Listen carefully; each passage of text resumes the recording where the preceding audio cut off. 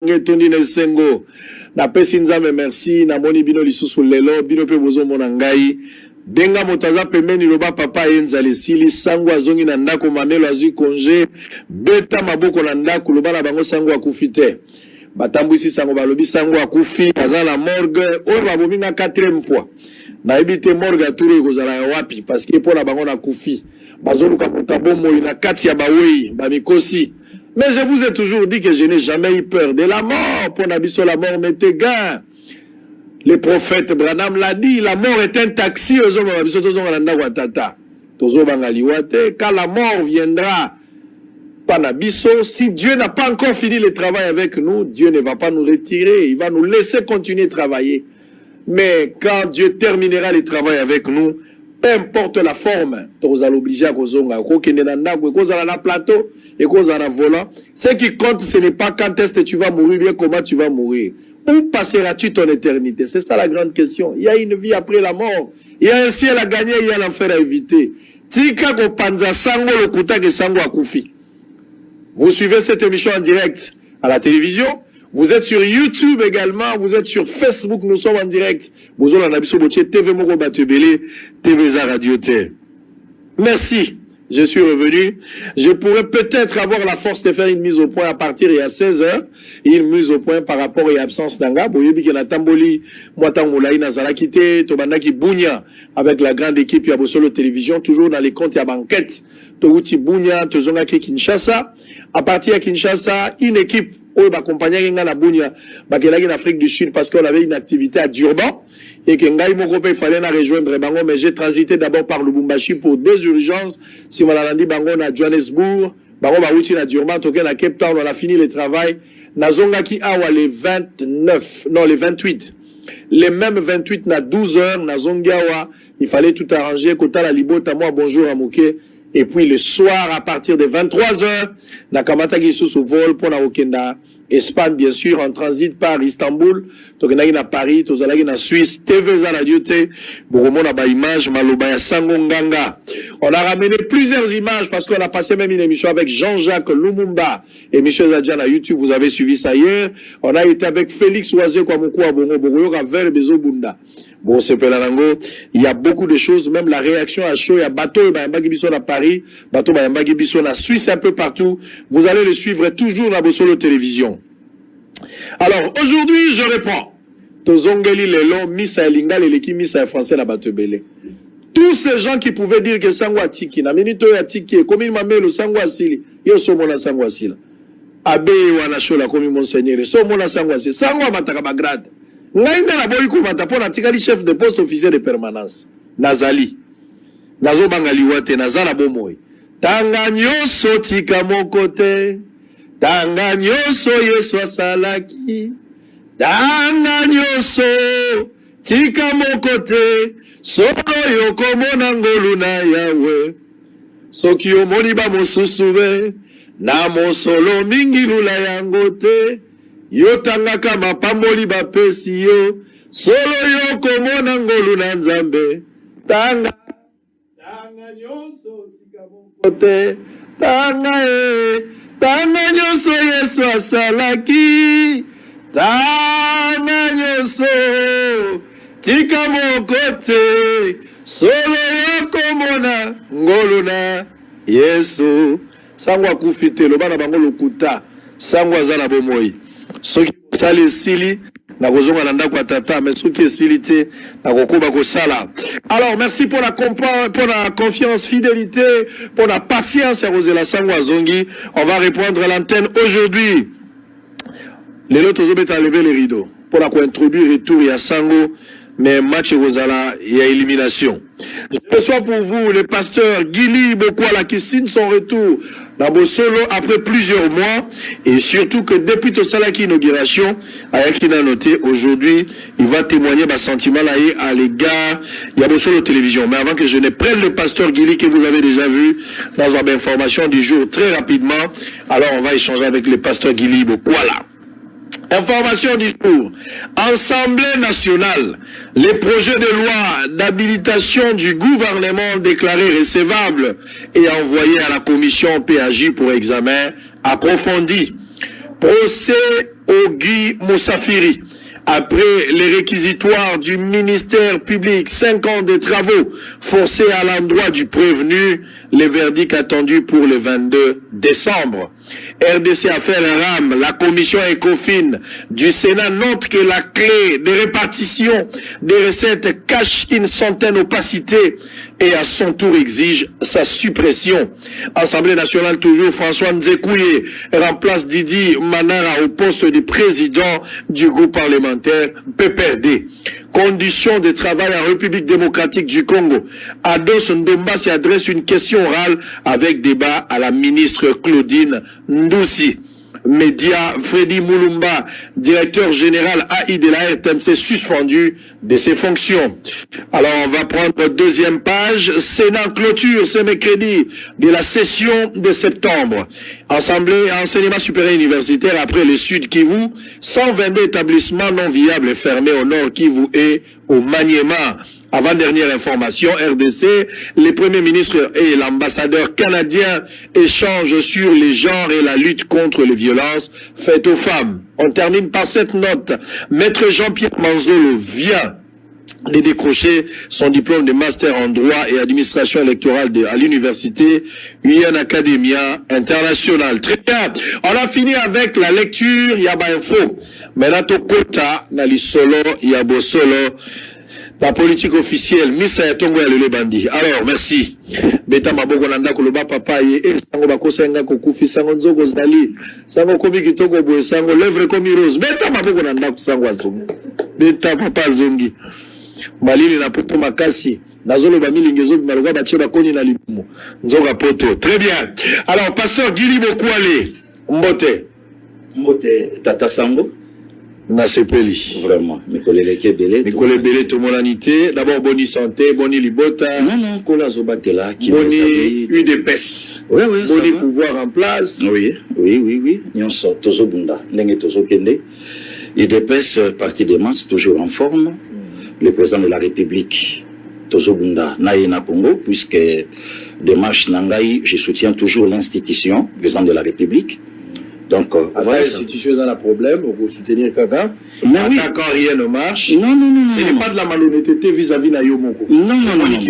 Surtout que vous êtes pasteur. Même quand tu constates que la chose ne va pas, prenez le courage de condamner. Sans vous soutenir Bango, c'est pas du fanatisme. Non. Condamner ne veut pas dire que non, on se soutenir dans le côté. On condamne dans les bons. Ce qu'on condamne, le but est de soutenir. Donc, soutien à Bissou Zaker, mon konzamboka à réussir. Mais il y a le bâti que notre soutenir. Rappelez-vous, Papa Sango, Tovanda Awana Likambo, il y a Genève. Tant mon konzamboka, à cause de la signature, n'a pas le bac et non le Martin, quoi, le bac et non le changement, c'est Martin Fayoulou. Bissou Bastro Barani. Tobunda te plus que les changements à la Martin Fayoulou. Alors, retirez, Ayokaka Bissou. Ozoye, même Likambo, il y a coalition FCC Cash. Parmi bateaux, il y a Bandai Kolobelango. Bissou Moko UDPS Nakati. Que tolingi boyete. Donc, il y a le bâté que ceux qui te le bibongo, monité, en tout cas, tu vas passer Gili. Non. Qu'on condamne dans les bons, et il n'y a pas que ça soutient vis-à-vis, il y a mon konzamboka. Les lots même yo, ils ont la même attente qu'on a Christian Bossembe, à Zolanda Bisso.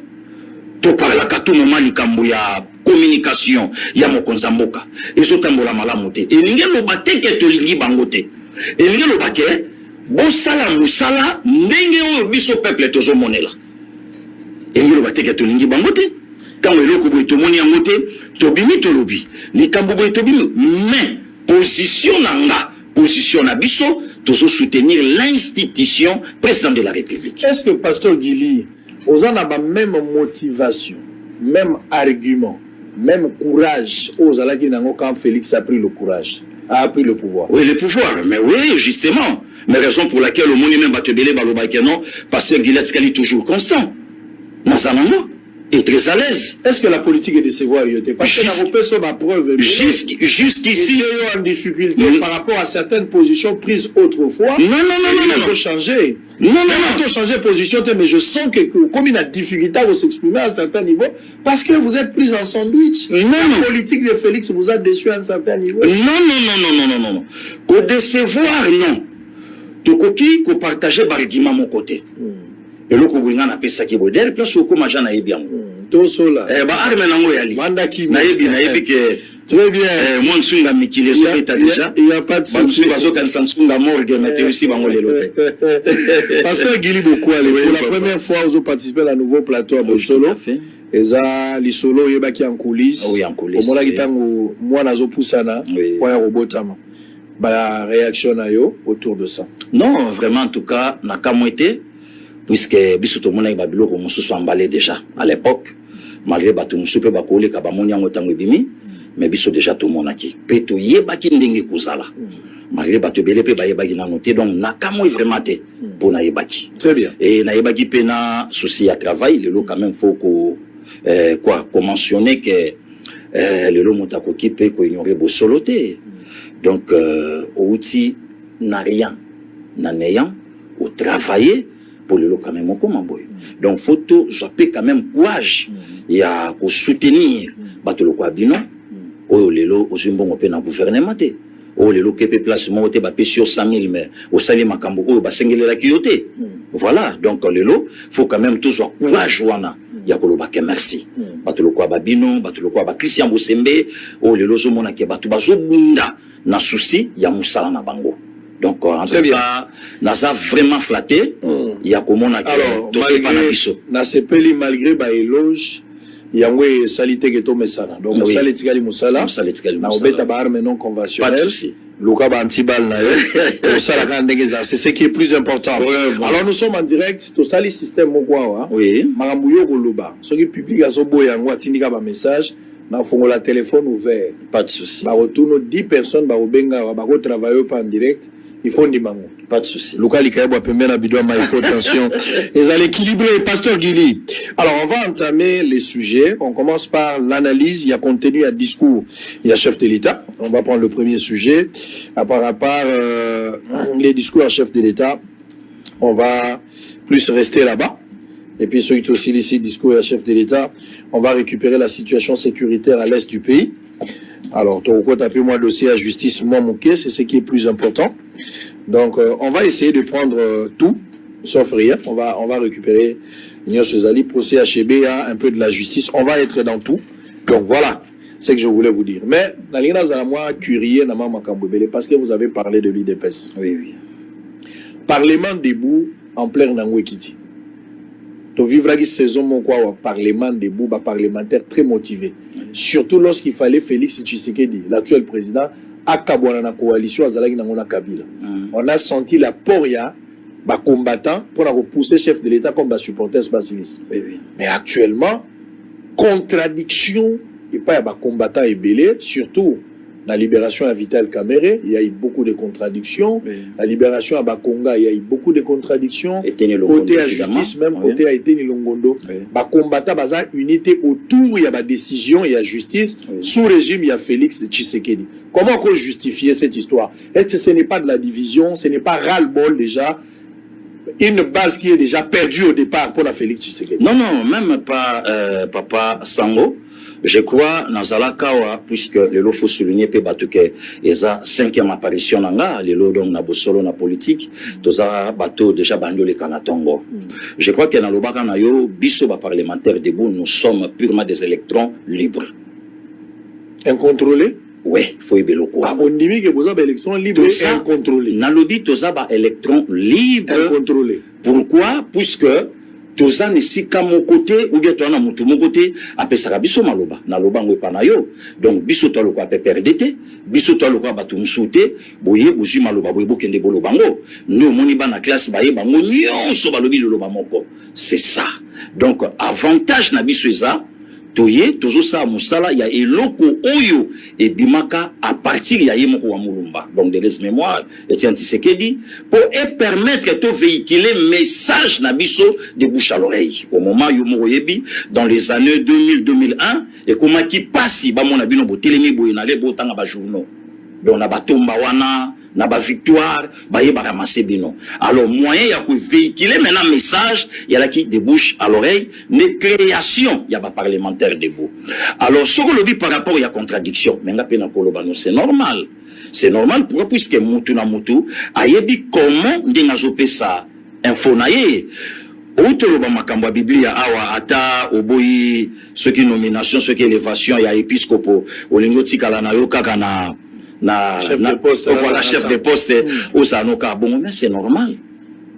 Ba pour trahir sur on peut pas côté une contradiction entre Paul et Pierre.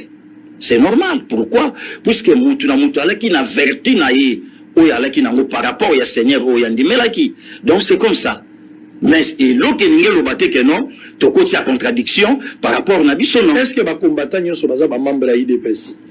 Bon, d'abord mon combattant et bien na kati ya combat ya l'ita IDPS. Donc déjà que ça la combattant et bien j'ai na kati ya combat au IDPS abima nango pour na récupérer malgré que pouvoir autosa nango lelo, il faut qu'on souligner et ça pouvoir IDPS dans noté. Pourquoi? Puisque tu belé pe balé quand même attendre na plateau na yo, bah ça le rapide moi berrer rango hein. En tout cas pouvoir ma IDPS au décevoir biso non. Et ça pouvoir IDPS. Et ça pouvoir il y a Félix Antoine Tshisekedi Tshilombo na ba leader politique il y a République démocratique du Congo. Oh basangana. Voilà pourquoi IDPS n'a que 35 députés. Na kamo ba tu soutam so baleka que non au sala débat alors en tout cas il loko IDPS a sali. Mais non. Non. Donc, les lopes papa sango, bozana devoir à domicile. Il y a pour expliquer biso, makambe belé. Oh, le biso toye bien côté. Caméra bimana prison, IDPS a salisoni. Caméra kanama, IDPS mtakangisi. Mutuboa bimabo, IDPS mtasali, on pense à combattre IDPS. Mutuboa salabo IDPS. Donc, voilà. Toloba IDPS, y'a un parti au pouvoir. Justement. Mais parti au pouvoir. Mais PPR dans la majorité. Vous avez la majorité des atteints, et il manque de stratégie. Si vous avez eu moins de députés, c'est parce que vous avez la stratégie, c'est parce que vous n'avez pas eu le moyen, c'est parce que vous n'avez pas eu la chance, population a sa confiance, les PPRD a su capitaliser, qui vous a empêché à vous avoir la majorité. Papa, vous victimiser les lots? Non. 5 députés, c'est votre affaire. Non. La question était celle de savoir. Oui. Combattant, sur ma membre IDPS, vrai ou faux? Mais dans le but, il y a un combat et bimi na lit, il y a IDPS. Alors, si tel est le cas, pourquoi maintenant il y a contradiction idéologique entre les sons de l'IDPS par rapport aux combattants? Bon, yoka siko na lobano et loko moko oito loba wapo et qui mangana motute. Tant le lobby likambu il y a IDPS ça na majorité. Au moment toujours il la pouvoir pour nous renverser Kabila. Les opposants oyo lelo tozu pouvoir. Malé ba mso ngeba tika na banka na nzela, ba ke na banka na ceux qui wapi ba ke ndeki lobby avec 6 personnes et simbi na ngote.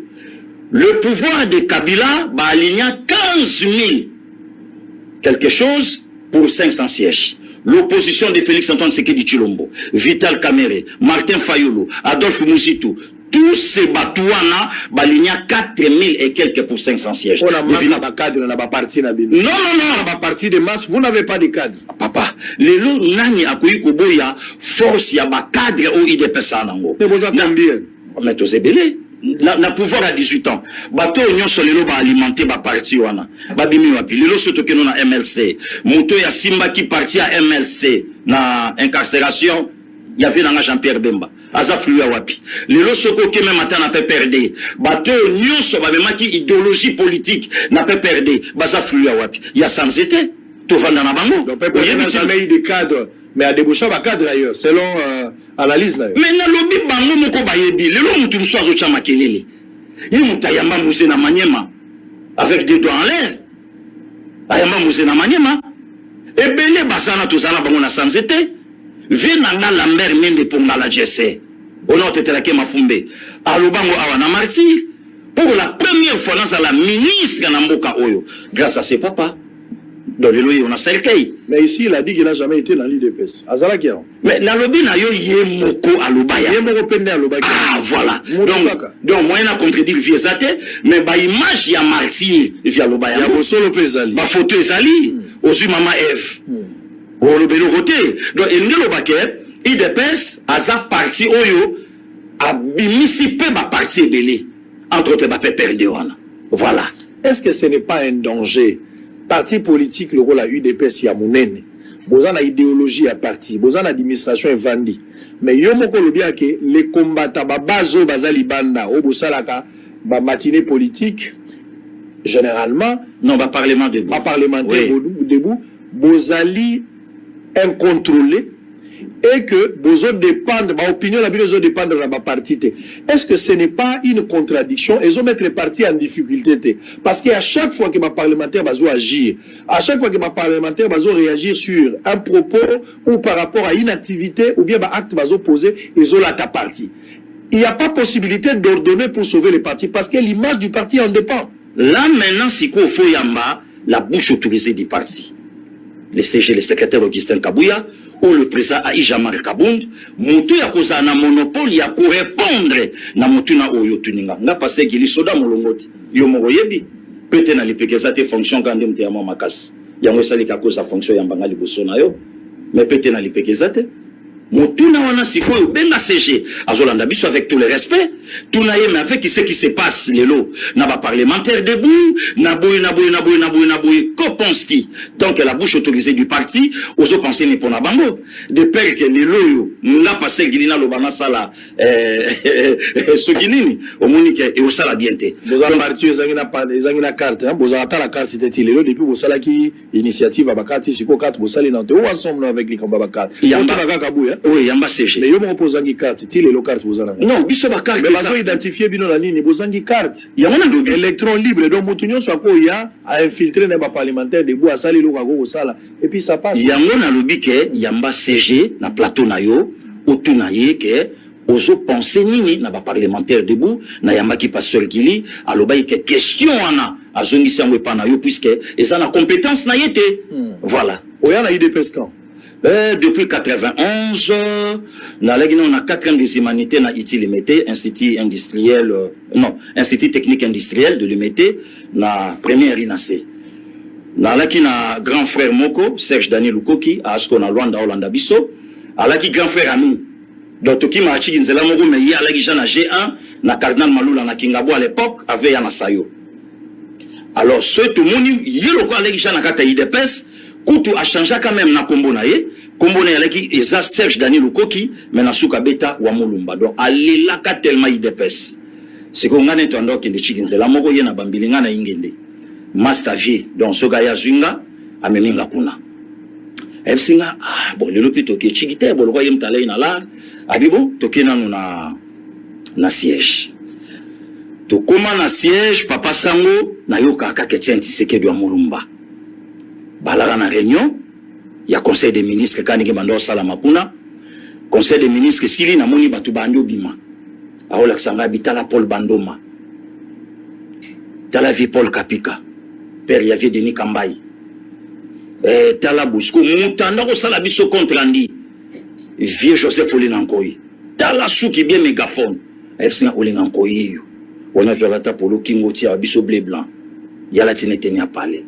Na souka ya réunion, tout le monde a père moka bima, chemise à manche courte à rayé, le boko na poche, biso ba petit ba vandi si biso na se, abando pesa idéologie. Ngabi muta achaka balwa na mboka yo atele mina mabutu ngabi ngana komi na ngamuta partio. Donc départ na mo ya mo 38 ans ou 39 ans après IDPS Lelo, tu retrouves les mêmes IDPS que tu as connus il y a plusieurs années. Non, temps ils ont changé, Papa Sango. Génération, Moussou Selongwaki, les deux allaient sauter. Lobi na banda goya ou na zio to koti na bureau to soli to quelque part. Mais le monique to keto to vendre pas. Est-ce que vous pérennisez combat?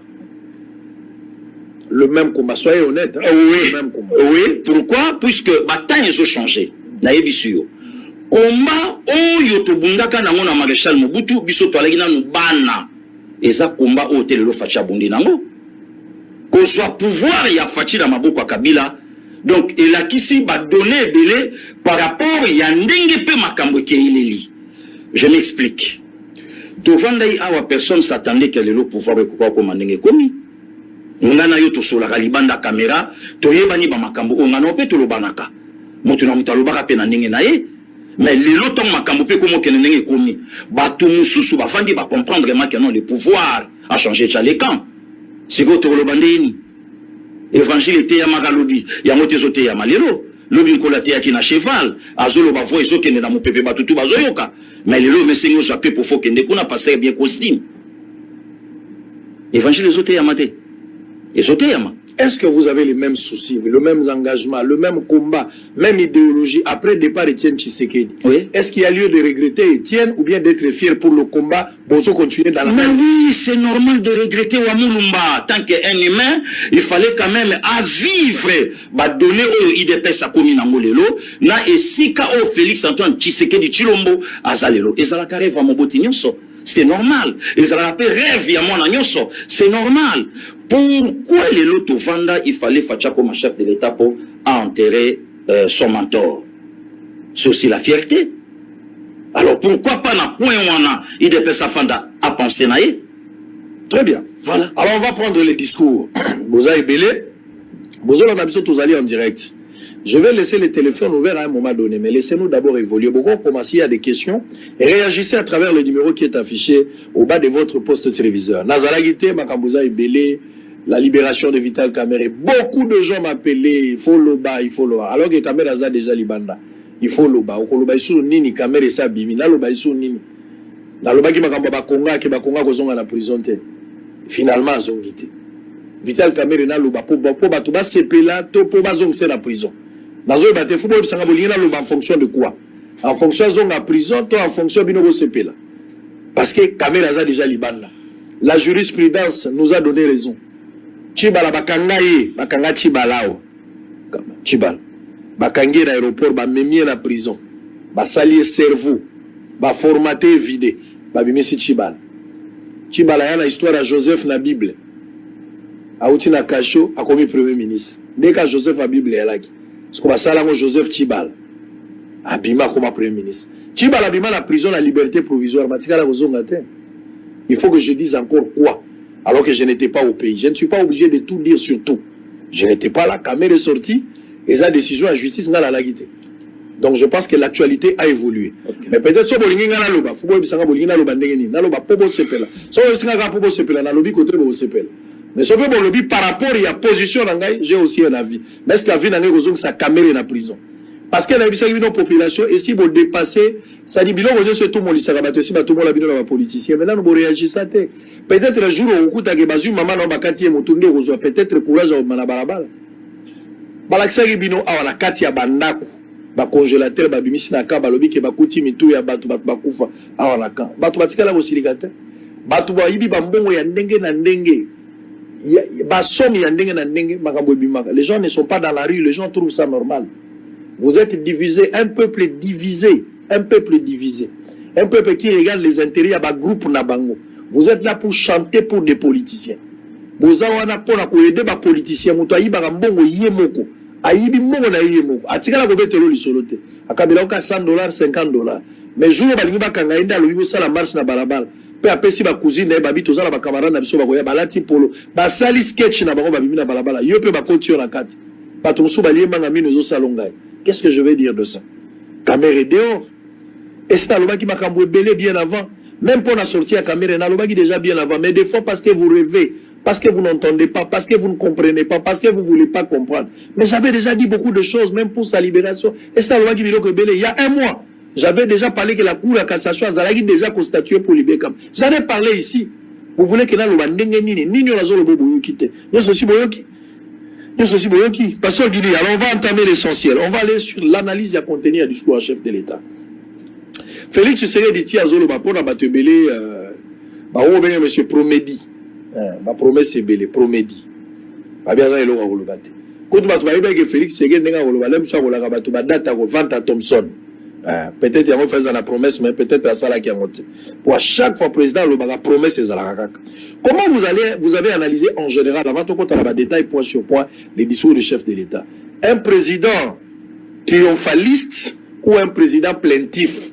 Pour la yoki batebele président azolela azolela kolela trungebe mwana mawa azolela kaka kofunda ka bato un président qui accuse à chaque fois ozomona yema alors que lui là l'impérium il a tout le pouvoir mais il n'agit pas. Comment vous avez analysé en général? Merci beaucoup papa. Il faut que yebsa batelo moko boye omoni naloba ki même na kata parler du peuple avant mon konzamboka azwa maloba labi lelo toyi kozwa réponse ya makambo yo nyonso ba congolais balobaki na réseaux sociaux ozalaki te mais à tout moment voilà qui na connexion na mboka oyebi lobamaki bakongolais baparle na likambo ya justice oyo outolobango bakongolais baparle na likambo ya sécurité ozalaki kuna bravo na yo nzambe a continuer encore kopesa o souci ya mboka wana oparle mpo na likambo ya économie oyo nalobaki la seule personne oyo aza na monopole ya koyebisa biso makambo nyonso wana eza ye moko mokonzi ya mboka.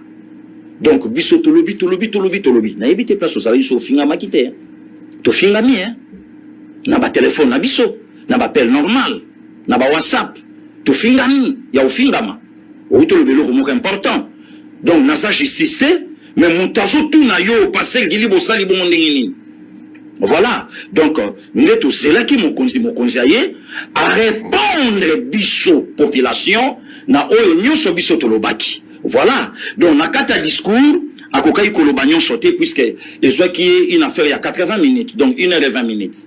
Donc akokai kozwa ba de bisika tout mais du moins ba grande ligne yango mokonzi mboka a parla kinango o ezalaki souci ya peuple. D'abord ba to faut baye ba pourquoi armée ougandaise eza na sol na biso. Il fallait expliquer biso yemoko.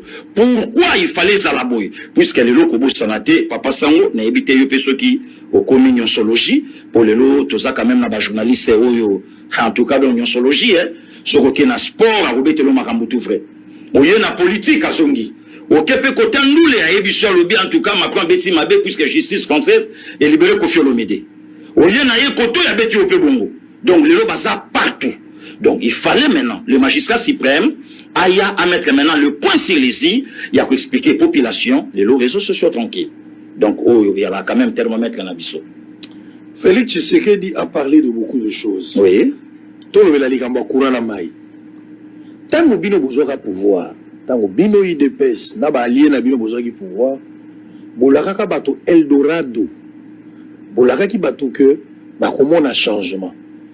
Bato et Bainaki Kabila, qui Kabila Oumeli, Kabila Nyokoli Bato, les gens attendaient impatiemment, pour ce genre-là, ils attendaient impatiemment le changement. Et le changement est passé par Félix Tshisekedi.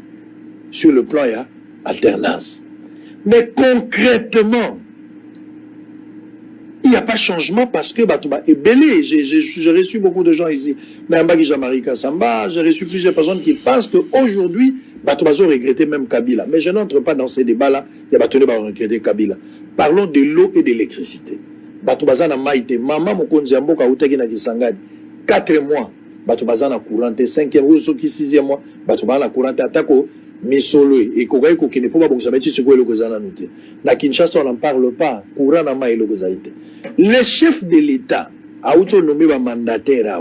Mais National Batiki, na régie des eaux Batiki, a changé bateau en atteint.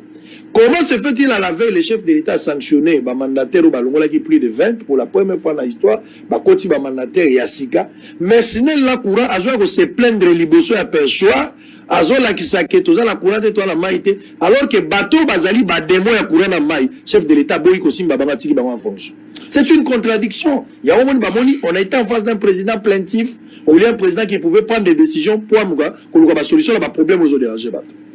Nazo le premier volet à énergie. Non, pas de souci. Au moni tangu mokonzi mboka lobaki yango Olanda ki biso ngana salaki yo la kité wala ilibanda. Oyokaki déjà réaction. Il y a population à Katasal. Longola Bango. N'a eu problème, il y a première dame de Maman Mokonzi, ou quand même, tu peux essayer de monter place à Zolanda Bisso. A Komi Kisangani, na DG Yasnel. Tant Maman Lobi, tant a Pessi DG Maloba. Au centre réaction, il y a Bande Konanga Boyome, n'est pas salaka réaction à Bango, et pas DG. Jusqu'à tel point, et c'est que Maman Telema a calmé Bango, pour nani baluka solution. Voilà pourquoi na zongi maintenant na maloboloba ki na intro maloba oyo mokonzi mboka aloba ki na biso na débit à pouvoir na ye. Naza na besoin ya peuple oyo ba yete ke no pa beta so politicien maboko. Oyambaka nga na plateau na yo, ba ba côté kuna na vutuka otuna kanga. Olobi melelo passer gili facha boyina ye no babiloka kokumisa kumisa ngabino. C'est pas problème ya kokumisa kumisa. Mais azo tindika population ba mema quand même ba exigence na bango et pas ba leader na bango que nous voulons ça, nous voulons ça, nous voulons ça. C'est par rapport à ça. Maintenant mokonzi mboka a parlé pour nango a pesi même biso babiloko o esengeli et salama. mais ça mettait par rapport à la position ya batu ayoka ki réaction na biso na kata sale longo la bango soko parler pour na likambo ya pouvoir plein ya chef de l'état papa Sango to parce que Kabila bloqué Kabino lisuta non Kabila bloqué Kabino kala et c'est ainsi laisse-moi kabona na ye biloko etika le kobi bino moko mais comment bozo continuer c'est-à-dire bino bona des raisons tant bozo ki pouvoir Kabila zo bloqué bino bokabona Kabila bokomi je suis mal entouré au juste bokosala musala quand papa Sango nangana loba eloko moko na bande ko nyonso ba Olanda biso ba comprendre ngo très bien. Quand vous parlez pour na Kabila, c'était normal par rapport à la coalition. Tolobi angonayo, toyaki na pouvoir, ou tozu pouvoir, mais tozani majorité. Et loko wana binopé ba panzi sango ya mboka na biso na politique, besoin tenter ya ko expliquer que non, la plupart ya ba problème ou lelo tozo na kata mboka na biso, ça fait aussi partie ya constitution na biso qui a été taillée sur mesure ya position ya mutu moko boye.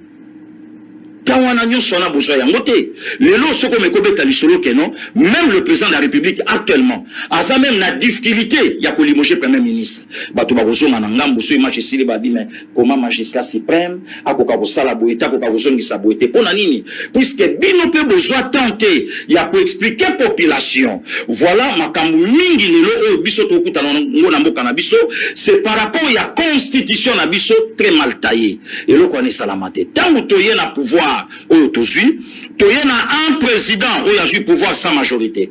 Or, constitution mboke lobinini, bateau la majoritaire, ne bateau bako former gouvernement. Même le premier ministre a koubima ipana bango. Combien de Congolais ba yebi que lelo toujours travailler dans le régime au semi-présidentiel? Et bien, l'été ba yebi yango. Yango lelo yo karabatu mususu. En tout cas, fachi fa salam. Donc, mouta yebi que tu as un régime semi-présidentiel, mais à zopé ça dévore à domicile et pas chef de l'État, dans le régime moko présidentiel. Pasteur, voilà. Pasteur Guili, naza d'accord.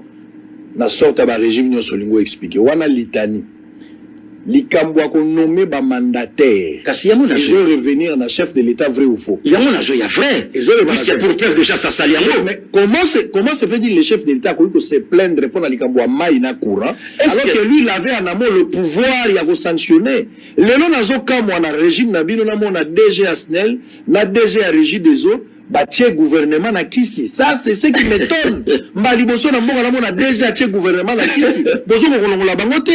Donc, bozo poser problème alors que vous avez le pouvoir de mener, de donner une solution. Vous êtes incapable. Est-ce que à se plaindre ou bien à expliquer? Non, le président ne peut plus expliquer. Le problème était déjà là. Le problème était déjà là. Mais maman outil na niveau. Maman outil. Si on a gagné maman a outil. Pe ayoki problème ya courant ba wololi DG ba élément c'est que déjà le Mézaki déjà est belé. Pourquoi vous continuez à le garder et vous continuez à témoigner qu'il y a un problème mais le vrai démon existe et que vous l'avez déjà identifié bozolongo la bangote pour la nine c'est pas une contradiction non pas ça être plaintif non même pas un président cause jamais plaintif mais du moins il faut quand même à expliquer donc, désigrata la population et permettre la population à comprendre. Raison pour laquelle au monde qui met une population yemoko à télénia lobby longo la bango. Alors toujours c'est la sikoyo. Où ils ont permettre que nos nominations et ils continuent et s'iliter. Voilà. On verra. Ouais, tout ça. Et puis maman où a portefeuille. Vous avez les rapports de l'IGF chez vous là. Pour la bateau à régie des eaux na bateau Snell. Ça fait 4 mois depuis que ce rapport là a été déposé. Basala rapport bambongo bunga la régie des eaux miyibi bazakuna national miyibi au moins bato tambo ba responsable sont des voleurs batata ya bala na base mais des voleurs ba pasteur na bango ba yebi bandeko na bango ba famille ba yebi mais des voleurs na régie j'ai dit des voleurs je parle pas des messieurs je parle des voleurs na régie des eaux nationales mais pourquoi mais maman ya portefeuille pourquoi ils ont la bateau à la tête pourquoi ils ont la bateau à la tête parce que noir sur blanc les rapports sur votre table na zo ba rapport ezali mais maman on a battu on a qui citoni maman ya portefeuille le DG a régi des zones makasi na Snell batie l'état mobimba la kis bozo ko la bateau était alors que le problème est là même le président n'a pas pu mettre ces gens-là de côté le président critique alors qu'il avait le pouvoir pasteur Guili ça c'est une déception je n'arrive pas à comprendre une autre contradiction la discours à chef de l'État concernant la mutualisation des forces entre l'Ouganda dans le pays démocratique du Congo. Le président a affirmé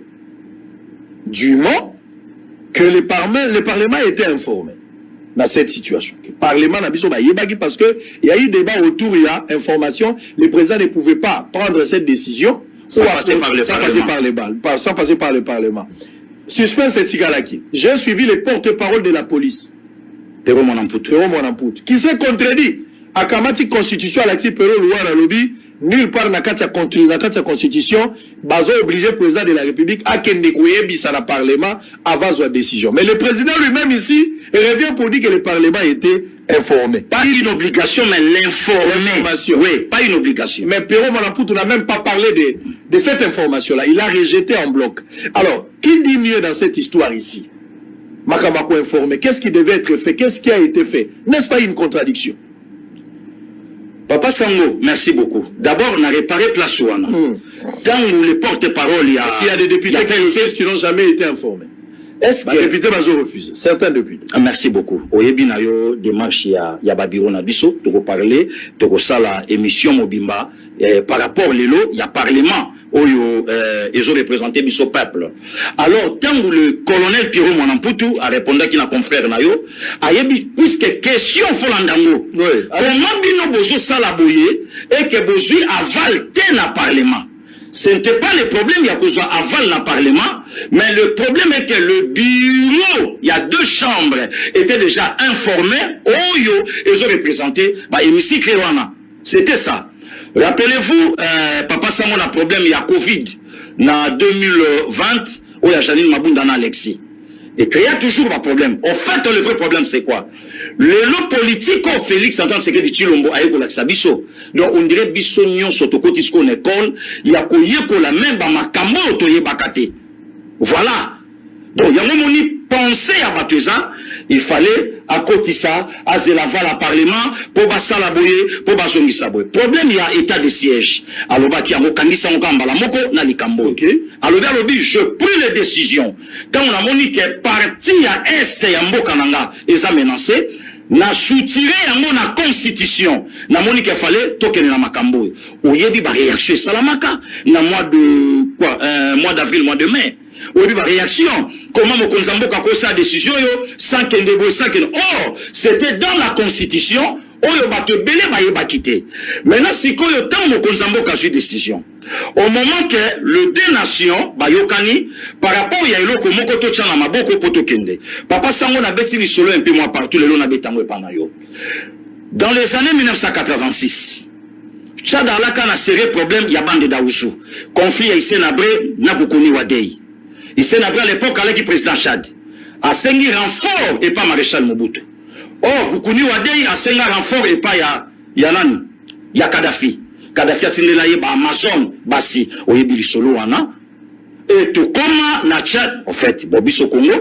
to koma na Tchad et sala ke bitumbe bundama Isenabre azona na kitina ya Bokonzi afanda problème otozala na Angola na excellence Budimbu problème o salama na Angola likambo ya UNITA na MPLA oyebi sika force ya UNITA e bande kuuta e bani alors lelo ngana moni yango mabe tango armée ougandaise alobi a s'allier na Congo po baluka comment bakoyi ko bouter ba ADF oyo ebimiti na kati ya Kampala et sali problème mokonzi mboka lobi na discours ngana kamwe motema ya ba Congolais c'est comme si bénéfice na bango eza soki bandeko na bango ba okufa wala ba juba image tala ningi bato azokufa tala ba ju même na image ya Soudan balakisi bali bato bakufi belé na village taningi bato bakufi mais pour na koluka mena solution et permettre que bandeko na soit est bafanda kimia lokola biso na ki mabe na ba leader politique musu ya mboka na biso est-ce que na kati wana quel est ce Congolais akoyi komona yango mabe les gens préfèrent peut-être l'Angola.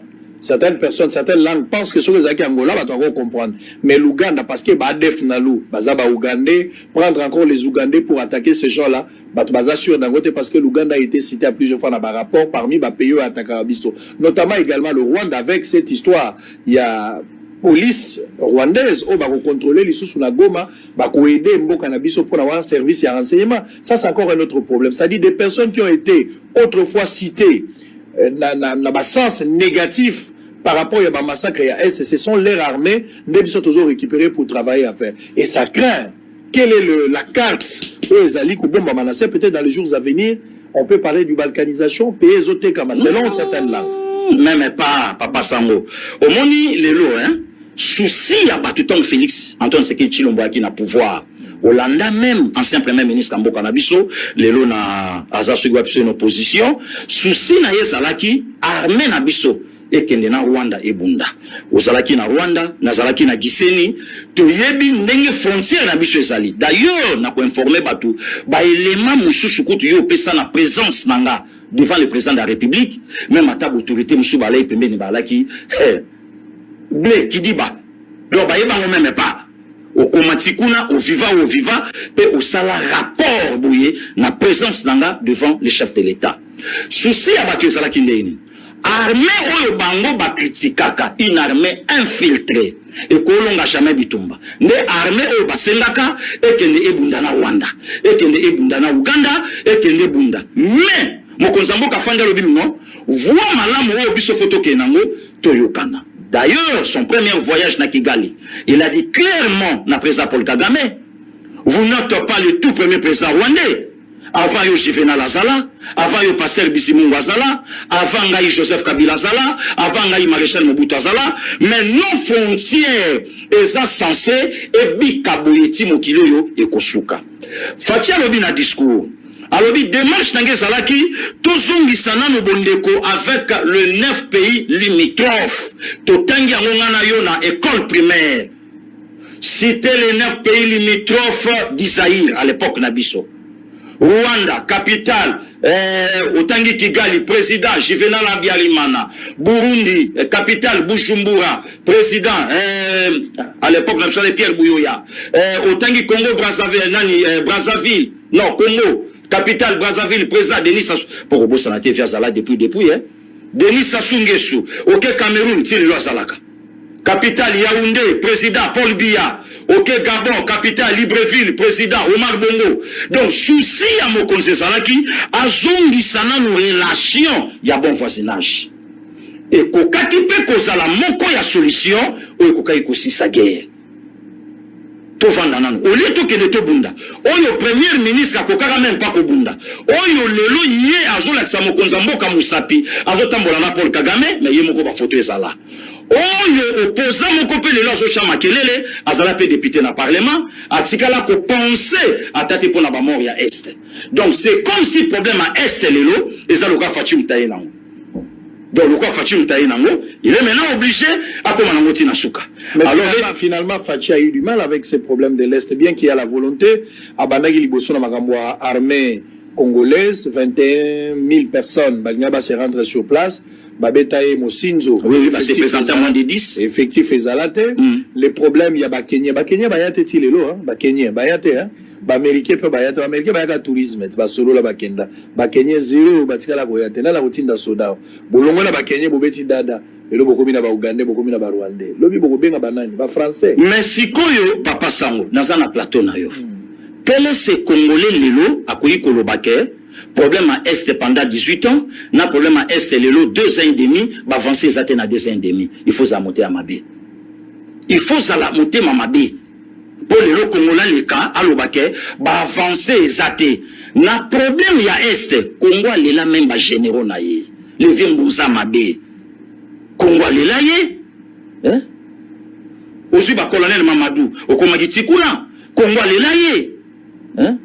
Aujourd'hui, le général Baouma, Congo les mais quel est ce Congolais lelo akoyi kolobake ba avancer zate wapi bana classe oyo babimi saka na este oyo pendant pouvoir à 18 ans bakokaki même pas kobima. Pourquoi le Rwanda, pourquoi l'Ouganda, pourquoi pas l'Angola, pourquoi pas d'autres pays, pourquoi pas Congo Brazzaville avec qui on a de bonnes relations depuis longtemps, mais le Rwanda, l'Ouganda, on a un mauvais témoignage. On ne peut pas appeler un criminel pour faire du bien à ton enfant alors que vous avez des mauvais témoignages pour lui. Alors on va revenir tout à l'heure. Boza Ebele, Bozo Landabiso Bouché, TV Moro Batubele. Problème, il y a Est Wana. Je vous avais dit quand je suis allé à Bunia, na minito na groupe à Bunia Batubele, Babane Gobenga Wabisango Toyoki Okufi, Lobana Bango des Agues Sangoza. Ça, il faut oublier. Sango est là. Alors, regarde, quand on a commis, j'ai identifié des problèmes. Mais ti boyokaka bakodeko ti oyokaka bato babisaka bino ke bakodeko bakati bato mito kodeko ezalaka congolais ya tata na mama, Voilà. congolais de père et de mère bayebani azalaka na tel avenir baboti nde na bakoko. Donc kodeko ndenge aza wana rebelle étranger aza te, bazali 100% bacongolais de père et de mère. Bokuta bachini ya kilima, un autre groupe autodéfense, ce sont des congolais de père et de mère bazalaka kuna bango pe bakere ba rébellion babomaka pe bato. Beaucoup t'as fait FPRI, quelque chose comme ça, si je n'ai pas bien prononcé, ne m'en tenez pas rigueur. Bango pe baza groupe bazo bomabat. Beaucoup t'as fait groupe aussi Zakuna Zahir, bango balobi bango babomarabat, mais bato musu bazo acquise bango pe babomarabat. Vous avez 4 groupes là, mais enfin vous avez aussi ba groupe mususu oyo zo ka bango benga mingi ba ADF. ADF c'est quoi ezali mélange. Il y a ba Ougandais bazana kati. C'est ça maintenant le nœud du problème parce que dans les ADF il y a des Ougandais d'abord. Au-delà de Ougandais, il y a aussi quelques Congolais bakoti na kati. Na ba utu Rwandais ndambo ebo benga ba Nyabwisha. Ndambo bazape na kati ba groupe wana basangana, bango bato bazo frapper ko leka boga, ko kende chabi. Bango bakangi zamba wana ti bato bazo kena beni. Donc la guerre d'abord. Tant on a le bagi makambo, certains députés à Est batenenga rigueur, oyeko kabola batu tout ça. Mais aujourd'hui, même les députés de l'Est ont changé les langages. Ils ont compris que la guerre est d'abord ethnique. D'une part, bien qu'il y a des étrangers dans ADF, ma côté Libiso, mais guerre aussi ethnique et zali, oyo sengeli problème communautaire va résoudre yango. Na sepeli na initiative il y a des députés, il y a ST pour comprendre si vous avez compris que sango à cause sagate, ça peut vous faire mal, mais j'étais obligé de vous dire la vérité. Oui. Et la vérité est là. Ok. Alors on va revenir, on va prendre une petite pause, on va revenir pour entamer. Téléphone vous allez ouvert, ne vous en faites pas. Na dit que bozo kana pasteur Guili, bam soupe bazo sepelane ngazoloba. Alors, il n'y a pas à protéger ici. Le pasteur Guili vous a dit, effectivement, c'est qu'il dit la vérité. Le jour où j'ai rencontré Félix Tshisekedi pour la première fois, et Zala qui n'a qu'un Piski Hôtel, pasteur Guili était témoin. Saï Fiston, mon ami, je te salue. Nous avons un ami en commun, Azala qui est sur place. Na bêta président Biloko sans mâcher les mots. Sam Aloukonde, le premier ministre, était là. Gentini Ngobila. Et puis plusieurs autorités, membres du gouvernement Bazalaki. Na funda bato belé mukoloana, na kendaki gauche droite, na funda bato. Libosa Félix Tshisekedi. Et je n'ai pas eu le complexe de dire au président les rapports clairs. Et Zalaki occasionnels, je n'étais pas en voyage par le biais du chef de l'État, na kendaki ngai moko, mais j'ai fait le travail d'un Congolais comme lanceur d'alerte pour dire au président ce qui ne va pas, ce que j'ai trouvé là-bas, et j'ai fait également des propositions. Et puis le président était content. Il était content d'entendre ça. Alors nous allons rentrer de l'autre côté de la régie TVZ Radio. On va prendre des éléments. Célébration d'une année d'existence du parti politique CRIC et puis discours du chef de l'État sur la situation sociale de la population et des problèmes énergétiques. On va prendre aussi discours du chef de l'État sur l'état de la justice. 3 éléments. Ça nous permet de revenir tout juste après pour entamer deuxième round. Je rappelle ici que pasteur Guili, beaucoup à l'élus des PES, plus de 30 ans à l'élus des PES, c'est pas facile. Il est avec nous aujourd'hui. On parle de tout sauf rien. Mituna Yabino. Il n'y a pas qu'à répondre parce que le téléphone est ouvert. Mais qu'au fin gâté, Tuna Motuna, je pense que tout est permis sauf les injures. À tout à l'heure. Jour pour jour, 1 an depuis que le parti politique Cercle de réformateurs intègres du Congo, CRIC en sigle, a vu le jour. À l'occasion de son premier anniversaire, 2 activités simultanément se sont déroulées en une journée. Un point de presse a eu lieu quelques heures avant l'activité festive. Question pour Stéphanie Mbombo, la présidente nationale du dit parti, de s'entretenir avec la presse sur les grandes réalisations déjà connues pendant 1 an, tout en révélant aussi haut le perspective d'avenir de ces partis. Pour la présidente du CRIC, Stéphanie Mbombo, l'entrepreneuriat de la jeunesse reste le pilier le plus important parmi les 5 piliers de sa lutte. Investir dans l'homme, c'est quoi? C'est aussi l'entrepreneuriat. L'entrepreneuriat, c'est prendre le risque pour un État d'investir dans la jeunesse. Le risque, ça veut dire que confier à ces jeunes des moyens nécessaires financiers et des moyens législatifs nécessaires pour que cette jeunesse puisse investir. Avec cet investissement, la jeunesse elle-même va créer de l'économie, va créer de l'emploi et va générer de la richesse qui peut être redistribuée au niveau équitable au niveau de la population. Journée marathon pour cette brave femme qui devait à tout prix rejoindre la grande population qui l'attendait dans la grande salle du jardin botanique de Kinshasa pour célébrer ces 1 an de gloire. Investir dans l'homme est le grand thème avec lequel le CRIC célèbre cette journée commémorative tout en tenant compte de cette journée consacrée aux droits de l'homme. Prenant la parole à son tour, le secrétaire général de l'Union pour la démocratie et le progrès social, Augustin Kabouya, a sensibilisé le membre du CRIC à pouvoir accompagner Stéphanie dans sa lutte. Ne faut plus qu'on soit en charge ya CRIC kotia na nzoto ya mutu moko so lokola bakulutu na bino toyebi pourkui toza koloba bongo makasi ya parti politique ezalaka na niveau ya bakadre te parti politique ezalaka makasi à partir ya base na yango soki base ezali malamu quel que soit bamouvement nyonso ekosalema basekuse nyonso ekosalema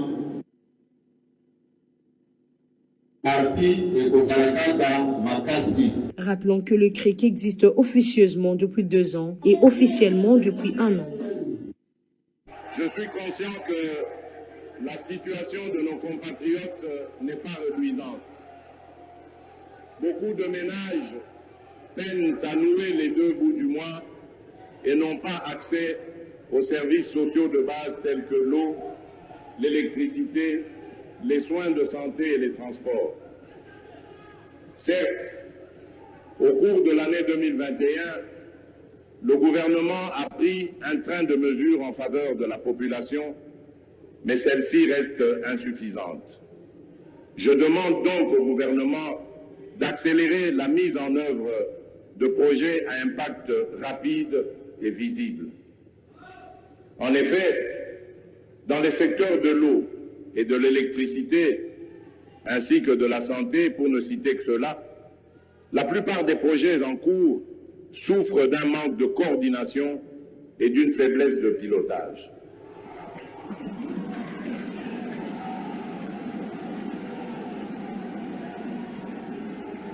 Ainsi par exemple,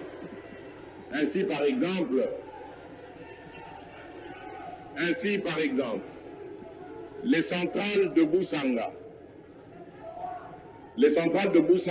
de 240 MW dans le Lualaba et de Mwandingusha de 32 MW dans le Haut-Katanga sont complètement achevées, mais toujours pas en activité. Que dire des 3 groupes thermiques de 800 kVA, chacun dans la ville de Kananga? La ville de Kisangani est restée 4 mois dans l'obscurité, alors que ce désagrément aurait pu être évité avec une meilleure gestion de la centrale de la zone.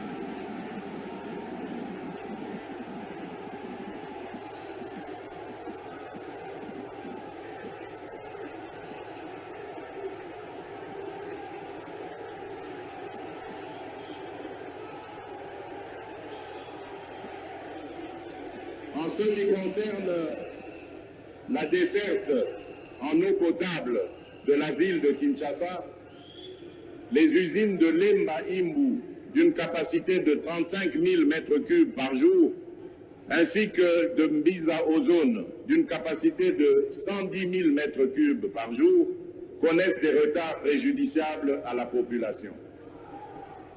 Ces dysfonctionnements sont inacceptables. J'interpelle ainsi tous les intervenants pour régler sans délai les problèmes et de livrer ces ouvrages pour améliorer les conditions de vie de la population.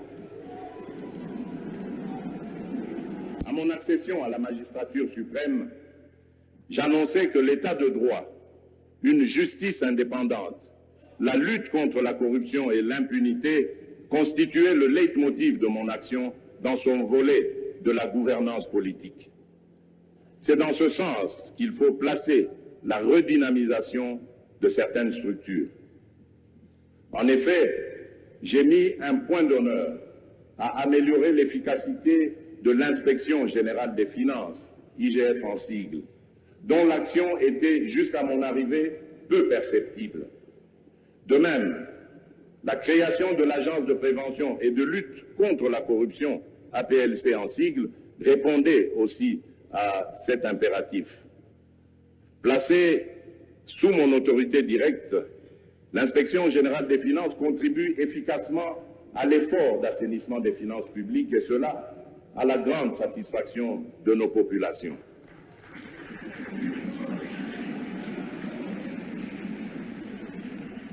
Néanmoins, l'IGF ne peut remplacer l'action du pouvoir judiciaire ayant seule la mission constitutionnelle de dire le droit. Je reste convaincu que l'instauration de l'état de droit et de l'autorité de l'État impose une justice consciente de son rôle et de son indépendance, et ceci devant être notre perception commune. Malheureusement, en dépit de certains progrès que je salue, je ne saurais rester indifférent en ma qualité de magistrat suprême aux cris de détresse et de désolation des Congolaises et des Congolais qui, chaque jour qui passe, réclament plus de garanties d'une bonne et saine administration de la justice.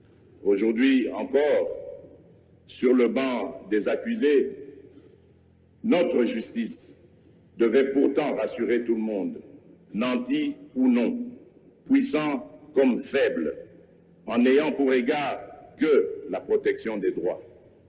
Bref, une justice qui non seulement dit le droit, mais rassure que le droit, alors le bon, a été dit.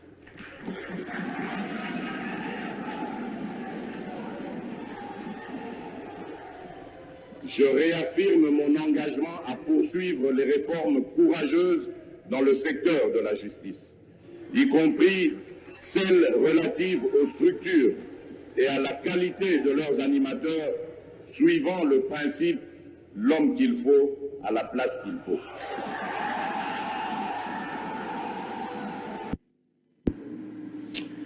Très bien, alors on est en direct, Bozola Nabiso Boza Ebele, Bato Bazala Facebook, Nazongi, Bozalaki na souci tant boyoki Bato Balobi qui na Koufi. Alors ceux qui a solo Bosepeli qui na Koufi te Nazala Bomoy.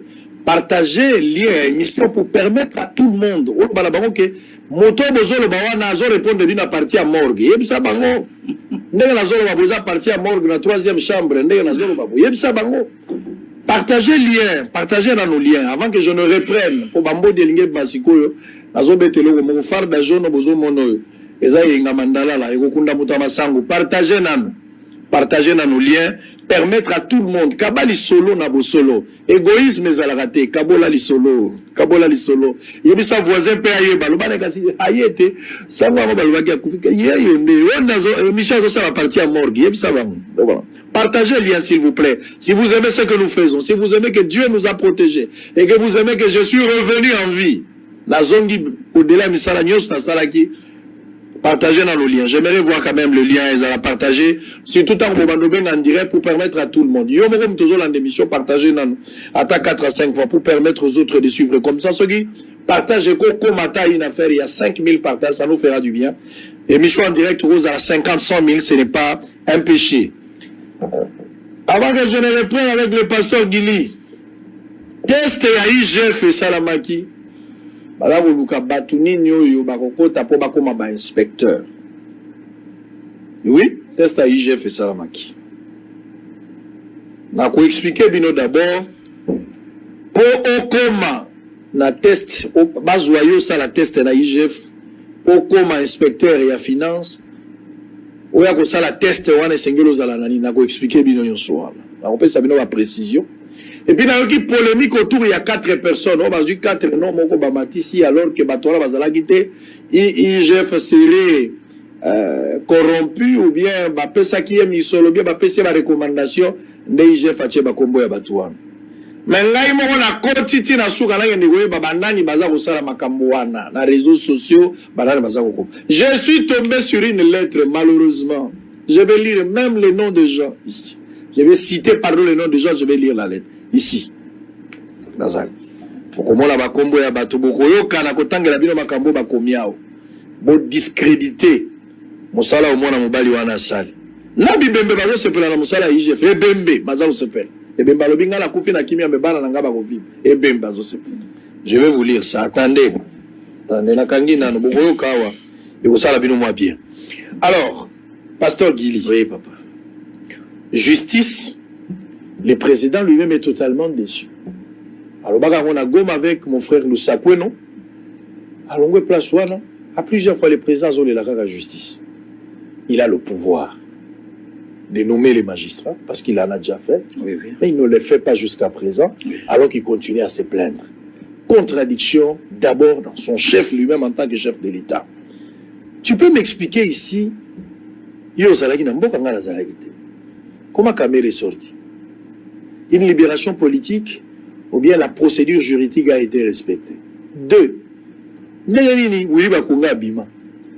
Alors que maman est justice a commis la lettre. Maman, on a la pauvre maman de justice, notre maman ministre. Hein? Maman a eu papier, a commis papier à l'obioté, Bakonga, procédure naïe, tout ça. Il faut zonga à la prison. Bakonga, zonga à la prison, Bakonga est libéré. Au lieu de libérer Bakonga à la cour de cassation, à la cour d'appel. Mais Bakonga est banda. Au-delà, Bakonga était ni longondo. Akenda visite d'inspection dans la prison et puis abîme. Batu nyonso le place bino bopesa ki batu espoir que bozo kanga batu lutte contre la corruption, l'état des droits, l'IGF a fait le travail. Il dépose la justice abimisi batu. Est-ce qu'on peut pas continuer à parler de l'état des droits aujourd'hui? Batu soit bien en état des droits. Mais moi je parle toujours de l'état des droits. Est-ce qu'ils ont existé? On peut continuer à faire confiance dans la justice congolaise et par là surtout l'état des droits. Ce n'est pas un échec n'a volé l'état des droits. C'est la colonne vertébrale pour le chef de l'État. En libérant tous ces gens-là, sous Félix Tshisekedi, sous Félix Tshisekedi, ce n'est pas une manière de décourager l'IGF dans son travail. Parce que mon toilam biaché bilo on a mis ça, biloka balé ibobo ki bilo. Bon, d'abord merci, il y a Motuna Oyo Otuni et puis bravo aussi na message la lingete à Zolanda Biso par rapport à travail naé Oyo batebele pe ba comprendre ki ngote c'est le président de la République qui a expliqué rôle ya message la lingete o le longa na benga kaye inspecteur d'Eric batebele ba bi filmer on a té yo biango donc musala na ye zate que non il y a comme l'état il y a jui a sali constant na ye par rapport à bateau ya mayele pe ba nzinga nzinga na ye a jui yango a pesi yango na l'état l'état de mutakosa musala na ye kolobake a kozala décourager je ne crois pas puisque aza parmi bateau lelo aye na moi espoir ya makasi koleka na peuple congolais wana vraiment il faut qu'on mentionner yango comme il se doit tant lobi libération ya docteur Eteni ya ministre Willy Bakonga ya Vital Kamerhe olobaki yango déjà na de part ya émission na biso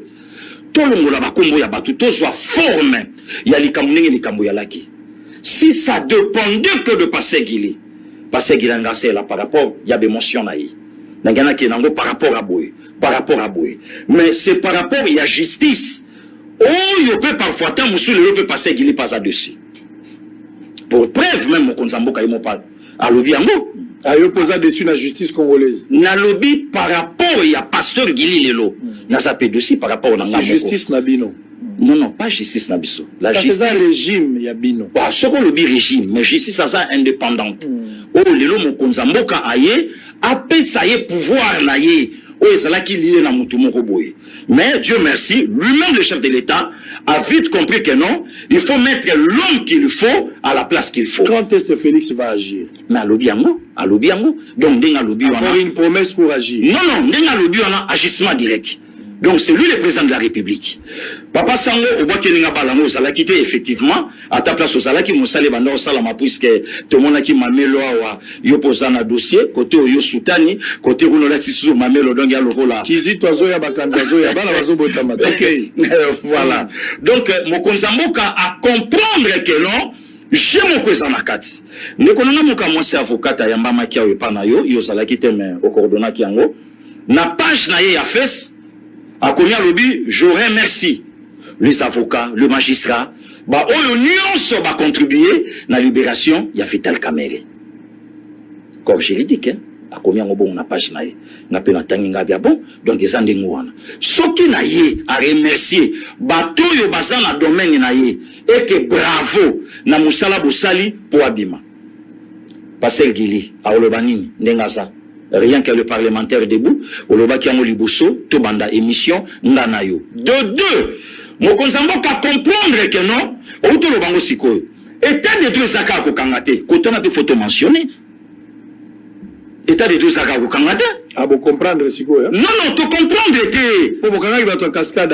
Mais justement, ba to bazai bo bokangia ba directeur ya cabinet bazai ba la ba jonyo so auto bima ba bimu tatikali ka conseiller ba onyo so bali. na lobby hein. O kala mbango bo bim sape fa. Il faut te expliquer batu ndenge likambo ezali pona nini. Tu as biso que campagne de diabolisation ezala nango partout o yoko to benga ngo kadiosha. Donc ebeta makabeta nango ezala sala nango. Batu lelo il faut ba comprendre. Nalanda ki émission moko boye Yandeko Bosembe a expliqué qu'il y a beaucoup bien le coup les a beaucoup plus dans le domaine aïe. Donc c'est un avocat a expliqué qu'il y a pas ces salami batunini pas si et salami par rapport il y a les kambo oyo peuple a zelelaki oyo pe ayebaki na oka face moko papa sango to vanda na yo le 6 avril 2020 première invitation il y a directeur à cabinet Mokonzamboka na parquet à Matete kaka biso to zongi to lobi ka okendete eza blague. Jamais bakokanga directeur à cabinet ya Mokonzamboka sans que le chef de l'État a livré. Et ngelo bakemambe beli to ebaki na biso pangote. Aboyi ko kele 48 heures après le 8 akei ba jouer malamoko prison makala. Oyamba batu na plateau na yo awa baloba vaste black. Basali cop na bango dilkab andi makaka rôle ya kimuibi. Donc rôle ba PC yango wana après à cause de mise en liberté provisoire batu déjà ba yebaki yango awa na plateau na yo bazoloba na otanga na ba kombo na bango te 2 jours après non tokomi le 11 batu baleki balobi lotili ki bongama bokomona makambo kolobama batu baleka na plateau na yo babibo c'est la dilkab akotanga kombo maman moko pe ba pesa imbongo aso mandako donc quelque part batu wana bandimaki à l'époque que directeur à cabinet a joki déjà mbongo mais akopé sango en fait apesa ka maman moko aso mandako maman ngoti lelo toyeba été ebima bongo babongisa lotriki eloka malongelo ba maté to komi na suka yemoko directeur à cabinet Mokonzamboka bi c'est pas le chef de l'État. Ah bon? Mais batu baleka au plan na yo basala clair à bango.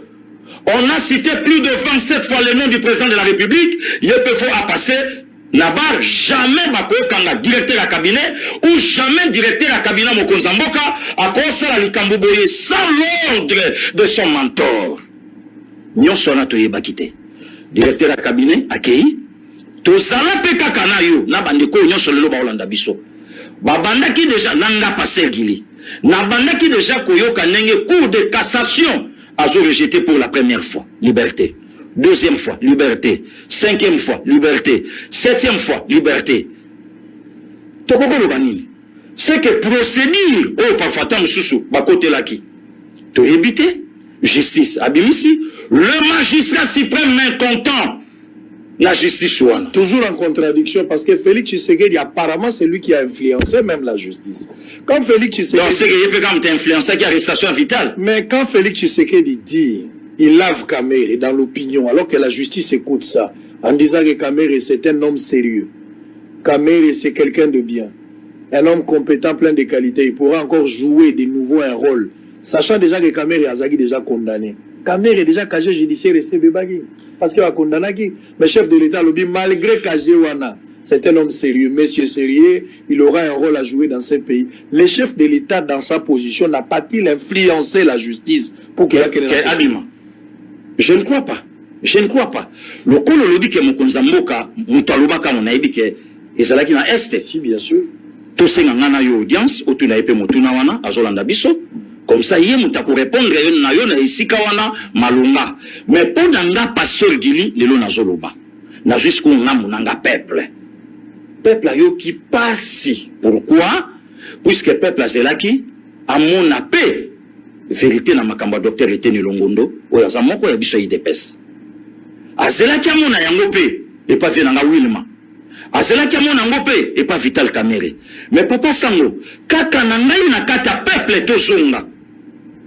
Soutien yo lati accueilli na prison makala attends jusqu'à la preuve du contraire donc nous ne sommes pas encore sûrs de l'état de droit puisque total a choqué et qu'on continue ndeto kondi mayango to vandi na yo na kata mboka awa et ngelo bakere l'opposition ya kobima Vital Kamere soutien ya sepeli ah d'accord alors l'état de droit vraiment yango Mais à Bossani, marchaka déjà avant. Bateau, on peut m'allonger na bicho bangoana. Donc, na kati na bicho mokope population. Vous avez détruit l'état du droit que vous-même vous avez construit.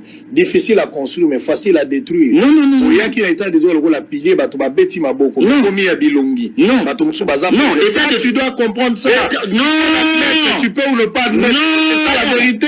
L'état du droit aujourd'hui, ça semble être de non. Non. Il y a ba pomba ba komi otikama. Wana eko dépendre. Mais ce qui va pomba ba komi otikama. Ozoka o le lezo le kana Sénat.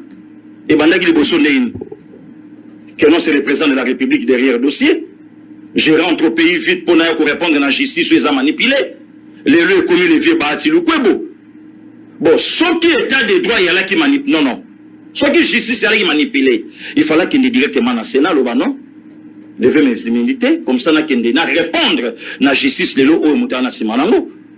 Donc, il y a le baquet, pensez à mon konzamboka. Si le lot n'a ne quotité et si kaoyo. Mais qu'est-ce que vous... Olandaki, Mokonzamboka Yemoko. Alors, il y a tant de projets. Mais bateau, il y a piloter Yango.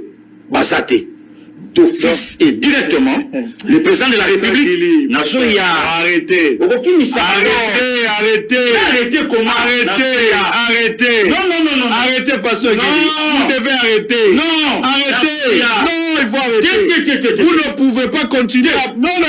Vous parlez encore de l'entourage. Quel entourage? On a toujours besoin de la crise d'homme. Tu as refusé ça. Tu as refusé qu'il y avait un problème dans ma cadre de la partie. Yo, le parti n'a eu de pince. Là, n'a pas parlé, n'a pas propos. Il y a par rapport à son gouvernement. Azozanga Batou. Mais bébé, il va warrior. Bien sûr. Ils ont montré l'improductivité. Ils sont capables de vous donner le gouvernement, il y a 57 ministres. Makama bloc 14. Ça a pris combien de temps? Et c'est là qu'il y a Binobo Kende. Avec le ministre, il y a qui? Il y a hydrocarbures. Le lot résultat, lui-même, Didier Boudimbo, ministère naïe, et je compte ça jamais mis sur la malonga la katake sa l'État. Problème, il y a EPST awa, batuba le kaki, awa, bafingi, balobi, où en sommes-nous aujourd'hui? Le gouvernement, ça m'a le compte de Miibi et Belé. Mais, le ministre Belé Miibi, Soni. La plupart des ministres sont des voleurs. Sont les rapports, les clairs, bakangi bango le boko na maboko. Mais ce que le dit nanga yango. Mais juste ça ça musala, mais kobo sana te que la carte gouvernement et ça peut na ba ope ba obeta kitoko. Malgré qu'elles sont minoritaires. Nous devons sentir l'impact de la vécu quotidien à bateau. C'est ce que les peuples attendent de vous. C'est ça les problèmes. On n'attend pas les explications. C'est ça. Il y a un moment même au Konzamboka a marché même pas bamo. Alors bi na yebi vie aux population nanga et je vivre nango. Voilà constat. Mais c'est normal. C'est normal. Mais justement, déjà ton temps ça la constant. C'est que décision nango je parce que bato c'est la guinine. Mo Konzamboka fanda a parlé pour naram. Mo Konzamboka fanda no babon. Lobby le 15, la 12 heures, Bampio de Zokota déjà. On va revenir, pasteur Guili. On va maintenant parler le social pour terminer. Il faut qu'on parle du social. Si les chefs de l'État, mais je n'arrive pas à comprendre, moi, mon Dieu. C'est ce que je disais en Afrique du Sud. J'en ai parlé même en France. Na lobby en même na Suisse, na Zurich. Na lobby en vous allez suivre les images. J'étais à la plus belle avenue. L'avenue la plus chère dans le monde. Et ça, la Suisse. Na komi place wana na kota la banque ya Suisse place ba politicien congolais ba iba mbomba ke na robomba moi-même je suis allé na banque wana na toute la banque yo po na robomba pété na fopa na kota la wapi na kozwa wapi biso ba famille 4x4 okoti machine yo moko bimake ndoko zo la wapi ndenge to zabwe bilonge ko mozwa moi forme lelo to wapi biso to zo lo wapi moi ko bombe ko uta wapi c'est clair je suis allé voir là où les politiciens na komi na maison ya Weston na maison ya Weston okoti bato basalisa ba mokoto Patangi na kombo moto ayebani politicien congolais meilleur client là-bas patangi linga na kombo tango na kolobo le vieux te balingi ba bomanga beza privé ya kosomba moyela kota la carte ezate mais je vous dis simplement que le peuple n'a pas besoin des explications. Vous allez comprendre que depuis Mobutu Tilelo les populations la population souffre et que les politiques ont toujours des explications. Après ça, quand explications en français, derrière chaque problème, ils ont toujours des explications. Bah, en opposition, bah, ils ont critiqué le pouvoir pour Bakota. Mais ceux qui Bakoti, ça sera la même chose. population nangai naza kosenga bino ba politicien Mobutu Tilelo vous devez le refuser tous. Il faut que tia bangwa les cas mutu malamu na kati azalité Félix Tshisekedi dans le bidon na gouvernement nae akotravailler na batatate pour za bilongi bayebani apesa bango ba jeune ba koma ki ba koma na mo étiquette ba vani na kati ya bureau metata na mtasala musala apesa ke pe contre rendu va pesa na gouvernement. Aujourd'hui Félix Tshisekedi se plaint parce qu'il n'y a pas de personnes capables de piloter certains projets qui toko nazo kanisa makambo ya Mpiodi, c'est vrai que tout le monde a makambo matadi, on va parler de ça tout à l'heure. Mais clair ya kolie sa Congo ya pêche ezaki na makinko le tile lona na moni lokote. Bon, makambo ma maison peut fabriquer où ensemble nous avec ça. Pasteur Guili va justifier tout ça. Wale Osengo Augustin Kabouya te kosenga yo parce que vous parlez au nom du président de la République. Nengo Vandiwa. Alors on va suivre en image, on va se retrouver à incendie Moresami et consumer 17 maisons. Na quartier Mobutu na pardon la ka Mobutu so komi na ka Mobutu na Lemba en face donc to lobeza na matete bon la ka Mobutu ezana ba tu peux va changer ba kombo on habite to zara la ka Mobutu kala ba so kombo bengo ba Kabila na habite pourquoi bengo ba Kabila pour ce que fallait comme ka Félix je ne sais pas donc là le monsieur ça la maga avec des ailes mais banda ko ziki ba soda ba policier bazola na banda ka manzanza bato na bato bazokota na ndenge na bango et mais c'est grave banda kwango eziki bato ba perdre biloko na bango boko pasi na motema moto moko kaka nde akufi peut-être otali sabino ngote pour la moi ba sensibilité ya batu mais botala et ça li passe bato ba kufi mboka oyo na yebité donc Mobutu akenda rompwenga betikali ndenge ezalaki Bandalungu etikali ka ndenge ezalaki il y a des communes etikala ezana bato muso na Kinshasa bakotikala ka komona mwinda te tili wana bango moto abongo so akelo la ça va mais so akeli fela ko kamwa te po molili akokuta ngoka we bakisa mindambo les gens souffrent dans des conditions infrahumaines mais les politiques ont toujours des discours. Félix Tshisekedi atikali yemoko lokola mwana na moto azangi baye koli ya solo ba kosungai ko siko to kokende wapi il est improductif, on ne peut pas les mettre, on aura d'autres personnes, on a mis.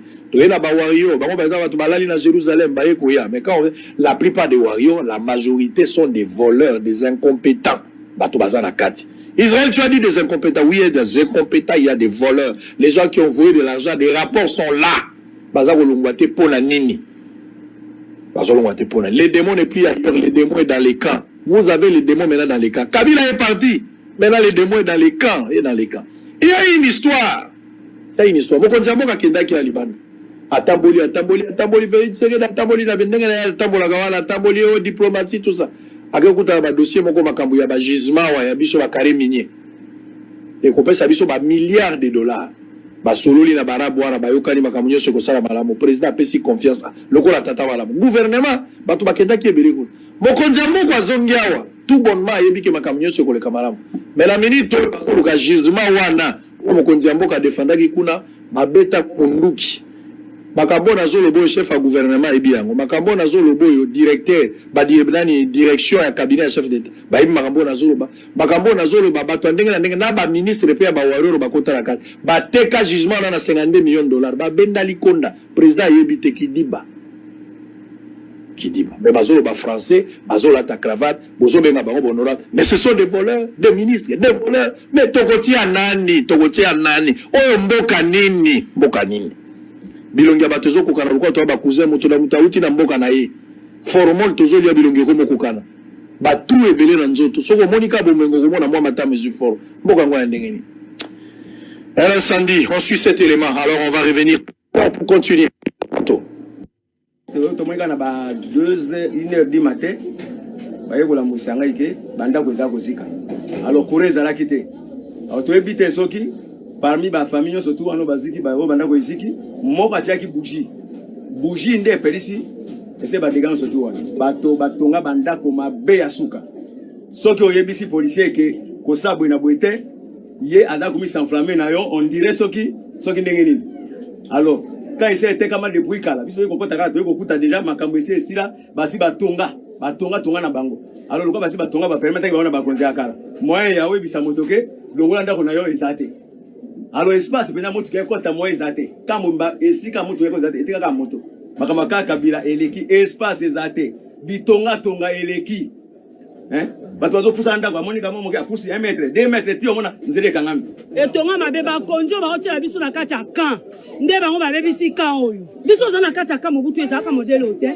soko ofandi botembi omona mituka nde eleka mais omona kami esandi eye nzela eza te moto oyo esezolekela biso koma ka militaire tokolala molili tolala molili 2 jours mobimba yango tozaka molili insécurité makasi na kati ya ka militaire nandala manzala tola soki moto ezwi esali evlame makasi na bandako te toza na bana bazosala te tokokende wapi justement ntango anti-incendie ekomi moyen ya koaccéder ezali te parce que biso ntango toaccéder na place oyo tokuti baconstruction wana vu nombre ya bato bafamille baprésident na biso bapesa bango baplace wana bato alors moyen ya kolongola bango na minute ezali te parce que okotia bango ce sont des familles de policiers et ezosenga peut-être koluka ndenge mosusu l'état azwa responsabilité na ye mpona koluka ndenge akokologe bato normalement.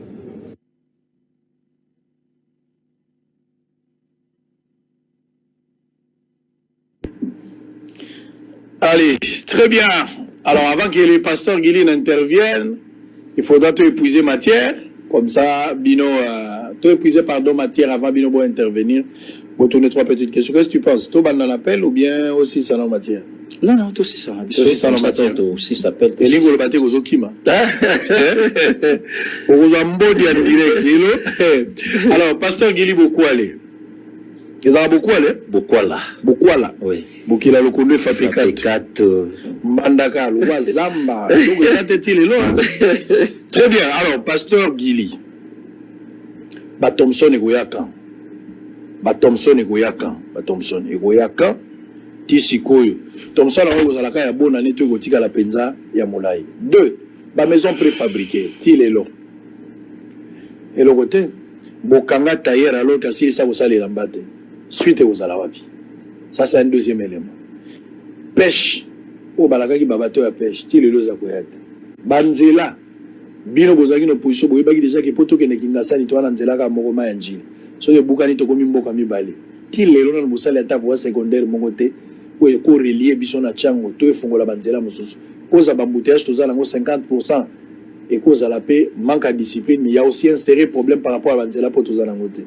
De tout ce problème-là, pasteur Guili, qu'est-ce que vous rassurez sur vos informations sûres par rapport à toutes les promesses faites par le chef de l'État? Merci beaucoup, Papa Sango. Je crois que domaine Anzela, Oka Imukonza Lobaki Yango. Alobaki Yango, na discours nae, à tous à l'EPK Libanda, Oyokaki. Alobaki, à tout moment, tout le Baki non, qui n'est pas le Congo, mais du moins, à sa pesi babisika oyo banzele c'est salamé dans si vous mona le CP David Moukeba toujours en cheval qui est intérieur qui est une province pour nous qui ne découvrir ba travail malgré banzela mususu mokonza yebi que salami il fallait CP Moukeba akoma pas que nous découvrir que non et salami pété mais du moins c'est que le président a dit nakata discours naye a pesi na babisika oyo c'est salami et je me biso tito ya rokoma na kati ya Kinshasa.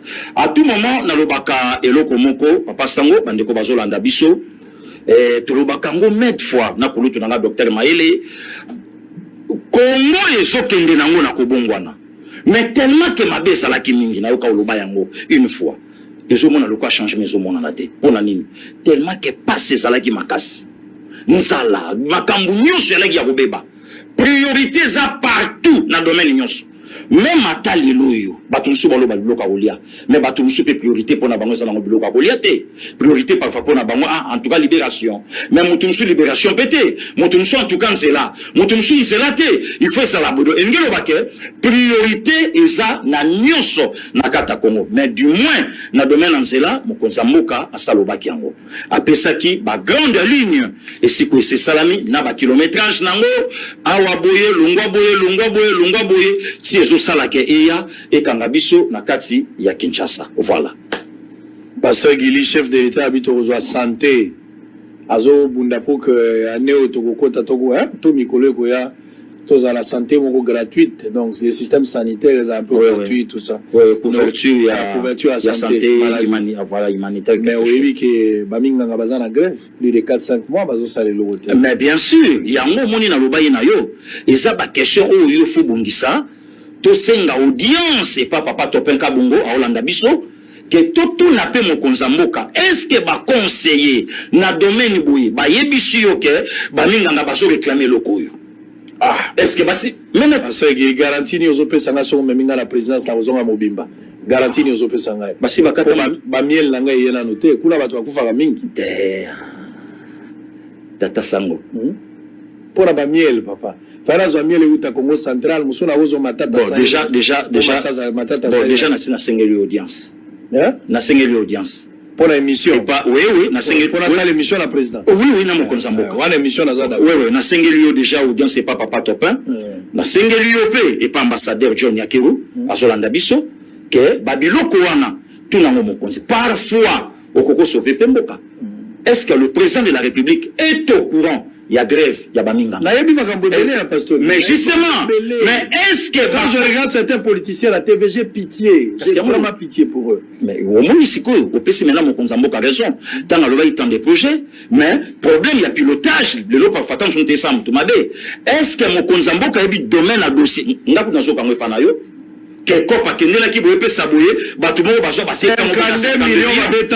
que le chef de l'État est donc est-ce qu'il est au courant? Est-ce qu'il est informé dans le niveau de bateau? Voilà au moment où il y a audience dans l'émission.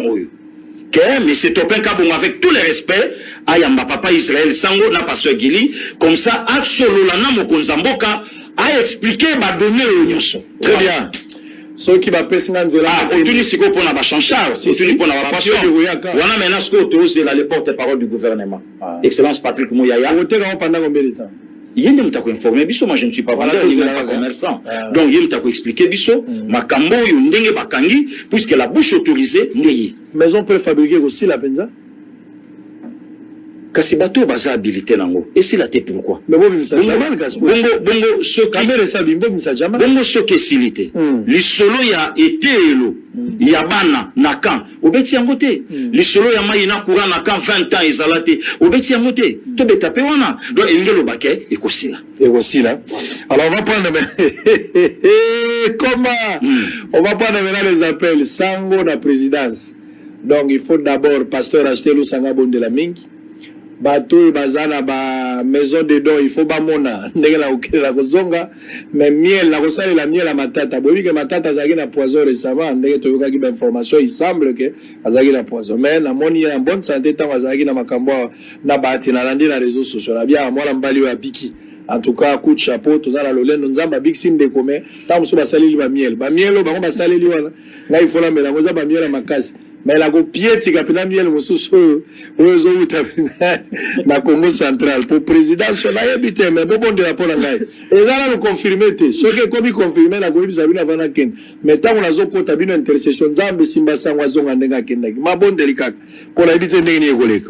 Alors on va prendre moi ce qui est vrai, je vous disais tantôt ici que j'ai pitié pour des politiciens. Quand je regarde des politiciens à la TV, l'okuta bazo ko sabino. Mais vous continuez à suivre ce genre. Bato bazo sali sabino ba marche mais na intérêt na bango. Les gens qui ont marché hier aujourd'hui au pouvoir travaillent comment? Les gens qui sont dans l'opposition quand ils deviendront demain na pouvoir bakozala ndengeni. Les politiques jouent avec la population. Vous allez constater quelque chose où les politiciens ba kotisa la carte de la constitution. Ba kotisa le robo ba benga ngo géopolitique. Au kabola pouvoir na représentativité ya bato ba Congo bazala baluba bazala ezali eloko moko esalamaka na ba intention ya mabe Mobutu asalaka péréquation ya bato akamati justement on a un géopolitique Mobutu akokamata mo Congo tala moto akomprena ki sasa likambwana akamata mo Congo mais nommé na Kivu akamati moto a Kivu atie la Kikanda. C'est comme ça que les choses ont marché mais ce n'est pas le cas aujourd'hui. Il y a des félins politiciens qui ont compris que ce qui pouvoir en place c'est ça baluba bato bazali ou le président est muluba bangala baswahili bato baza la quantité au bazar président bakosala nini babi komisi déjà na ba parti politique babi qu'à chaque fois to bando kabola pouvoir on a un géopolitique na parti ya bangala bazate ngaka muto na bazonga yango moni il y a des mêmes têtes depuis Kabila azalaki ti lelo so bakaboli pouvoir équateur ya zonga kaka so baktia Congo central ya zonga. Ils ont étudié des mécanismes. Il fallait plutôt choisir les gens par rapport à leur passé, leurs compétences, leur avoir auto nango lelo kota la paix honnêteté de quoi ils sont capables. Mais bozozo abatu des incompétents ote aza katangé batie po aza katangé bakatangé ba sepeli batie po aza moluba po baluba ba sepeli to ba Congo. Bande de voleurs. Vous êtes organisés pour tuer cette population au azol et latinanzal. Libi ki na bino ko uta na ba politicien te. Nazala ki na poto. Tant na uti Afrique du Sud, na komi na Kigali na zoya. Po na zoya Rwanda. Na komi na Kigali, na zoze la correction. Na nga po na zoya na 10 heures na zonga. Na moni avion mususu ekiti. Na moni quelques personnes ba uti Belgique, ba musu ba uti pe France. Ba kiti place ba Congolais. To kuta na bango pe ba moni ngai pe na zaki na bakagulu na nga ndeko bonye to bandi ko solo. Ba tuna nga mwani tuna. Nga na tuni bango bandeko. Bino boza ba combattant, o tepso za na poto meto bundela ka pe combat. Ah OK, c'est bon.